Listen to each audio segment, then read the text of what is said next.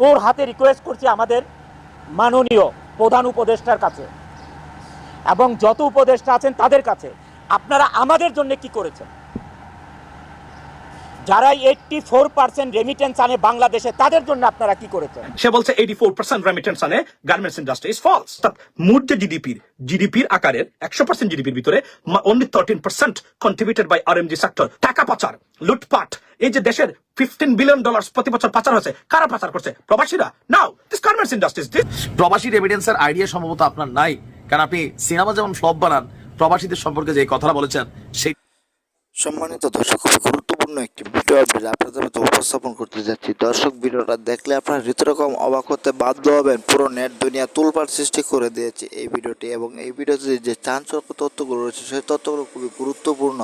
পুরো নেট দুনিয়া তোলপাড় করে দিয়েছেন।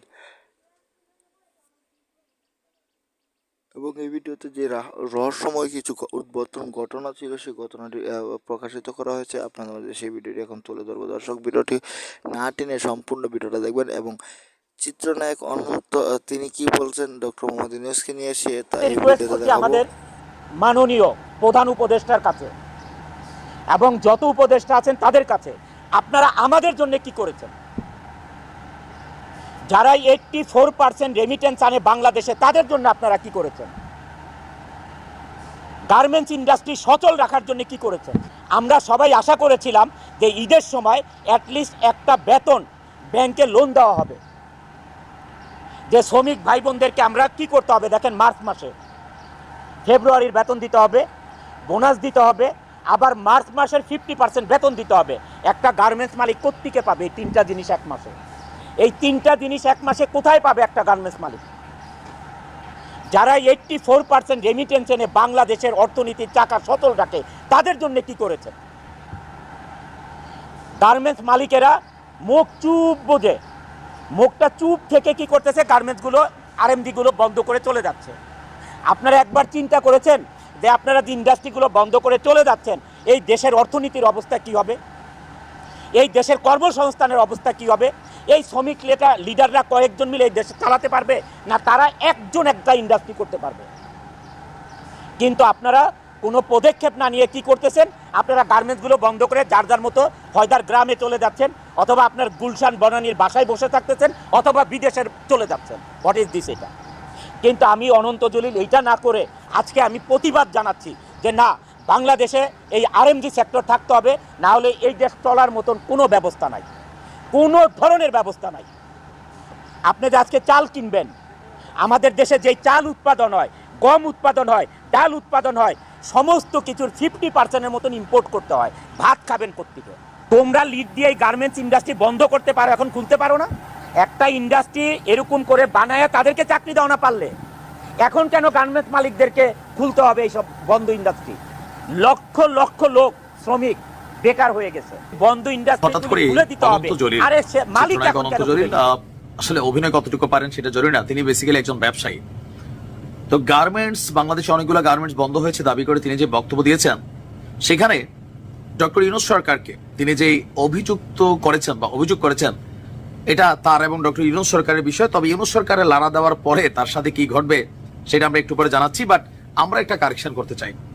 তিনি দাবি করছিলেন যে 14% রেমিটেন্স এদেশে প্রবাসীরা পাঠায়, আর এই 14% রেমিটেন্স পাঠানোর ফলে প্রবাসীদের এখানে ডক্টর ইউনূস সরকার একদম বেহেস্তে তুলে ফেলছে, প্রবাসীদেরকে গাছে তুলে ফেলছে, সম্মান দিতে দিতে মনে করলেন এয়ারপোর্টে থাপড়াইতে থাপড়াইতে প্রবাসীদেরকে আমরা দেখি কি হয়, লাগেজ টাগেজের অবস্থা কি, কিছুটা হয়তোবা সুবিধা দিয়েছে। কিন্তু অনন্ত জলিল যেই ভাষায় বলছিলেন যে প্রবাসীরা 14% রেমিটেন্স পাঠিয়ে এত সুবিধা পাইলে 84% রেমিটেন্স বাংলাদেশে আনা আরএমজি বা গার্মেন্টস মালিকরা কি পেয়েছে, কেন একটা লোন পাবে না? দেখেন জলিল, এই দেশের ব্যাংকগুলারে খোকলা করছে হচ্ছে এই গার্মেন্টস ইন্ডাস্ট্রির মালিকরার একটা অংশ। যখন যে সরকারে থাকে, যারা একটু ভালো পজিশনে থাকে, তারা কিন্তু ব্যাংকগুলারে লুট করে খালি করে ফেলছে। এই যে লুট করা আপনাদের ব্যাংকগুলারে প্রবাসীরাই কিন্তু রেমিটেন্স পাঠাইয়া এটারে ভরাট করে। প্রবাসী রেমিটেন্সের আইডিয়া সম্ভবত আপনার নাই, কারণ আপনি সিনেমা যেমন ফ্লপ বানান, প্রবাসীদের সম্পর্কে যে কথাটা বলেছেন সেইটাও ফ্লপ। তো যাই হোক, অনন্ত জলিল যে বক্তব্যগুলো দিয়েছেন এর মধ্যে সবটা যে ডাহা মিথ্যা কথা তাও না, কিছু অংশ সত্য। এদেশে অনেক ইন্ডাস্ট্রি বন্ধ হয়ে গেছে, যার কারণে যারা বেকার হয়েছে, জীবিকার তাগিদে চুরি, ছিনতাই, রাহাজানি, বিভিন্ন যে অপকর্মগুলো, অবশ্যই এটার একটা অংশ কিন্তু কর্মহীনতা বা বেকারত্বের কারণে বেড়েছে। তো এই যে অনন্ত জলিল যে দাবিটা করেছেন যে বাংলাদেশে আপনার পোশাক কারখানা সংশ্লিষ্ট 240টি গ্রুপ বন্ধ হয়ে গেছে, এটা নিয়ে ডক্টর ইউনূসের সরকার সরাসরি তাকে মিথ্যাবাদী বা মিথ্যুক বলে দাবি করেছেন। বলা হচ্ছে যে অনন্ত জলিল যে দাবি করেছেন তা সম্পূর্ণ মিথ্যা। তো মিথ্যার সত্যটা কি? আপনার প্রধান উপদেষ্টার প্রেস সচিব তিনি বলছেন অনন্ত জলিল সরকারের থেকে কিছু সুবিধা আদায়ের চেষ্টা করার আগে সঠিক তথ্যটা জানা উচিত। পোশাক কারখানার 240টি গ্রুপ বন্ধ হয়ে গেছে বলে যে তার দাবি তা সম্পূর্ণ মিথ্যা। এছাড়া বাংলাদেশে সেটিও নাকি অসত্য। হাজার হাজার মানুষ চাকরি হারিয়েছে বলে তার দাবি, সেটিও ভুল তথ্য না। এই জায়গাতে প্রধান উপদেষ্টা যিনি প্রেস সচিব আছেন শফিক সাহেব, আপনার তথ্য ভুল। আপনারা তো চাকরি পেয়েছেন, জনগণের টাকায় ভাত খান, মাঠের অনেক খবর কিন্তু রাখেন না।